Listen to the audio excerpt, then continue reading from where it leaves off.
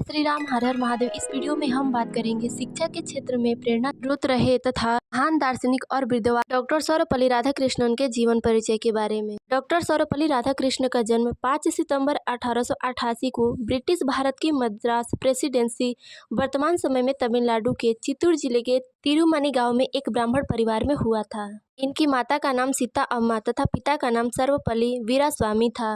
सर्वपल्ली राधाकृष्ण के पिता राजस्व विभाग में कार्यरत थे।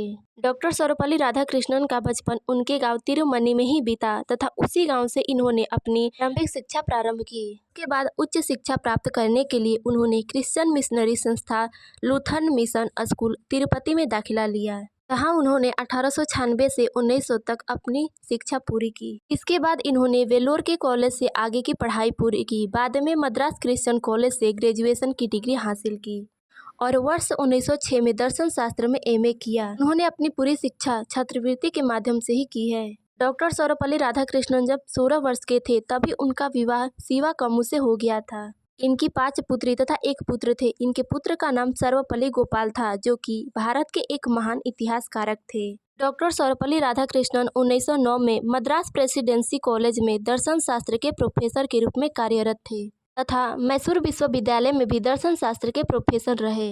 उन्होंने लगभग 40 वर्षों तक अध्यापन का कार्य किया।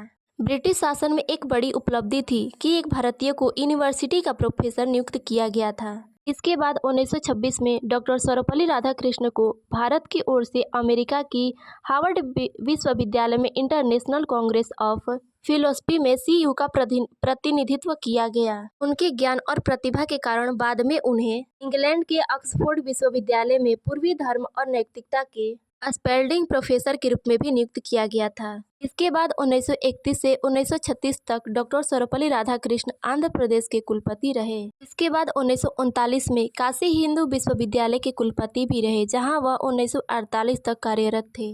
शिक्षा के क्षेत्र में उनके अतुलनीय कार्यों और उपलब्धियों के कारण ही प्रतिवर्ष उनके जन्म दिवस के अवसर पर शिक्षक दिवस मनाया जाता है। डॉक्टर सर्वपल्ली राधाकृष्ण एक शिक्षक के साथ कुशल राजनीतिज्ञ भी थे। डॉक्टर सर्वपल्ली राधाकृष्ण 1949 से 1952 तक सोवियत सोशलिस्ट रिपब्लिक के राजदूत भी रहे तथा 1952 में भारत के उपराष्ट्रपति बने। इसके बाद 1962 में भारत के दूसरे राष्ट्रपति के रूप में चयनित हुए। इसी बीच भारत के प्रथम राष्ट्रपति डॉक्टर राजेंद्र प्रसाद ने उन्हें भारत रत्न की उपाधि से सम्मानित किया। इसके अलावा उन्हें कई प्रतिष्ठित पुरस्कारों द्वारा सम्मानित किया गया है।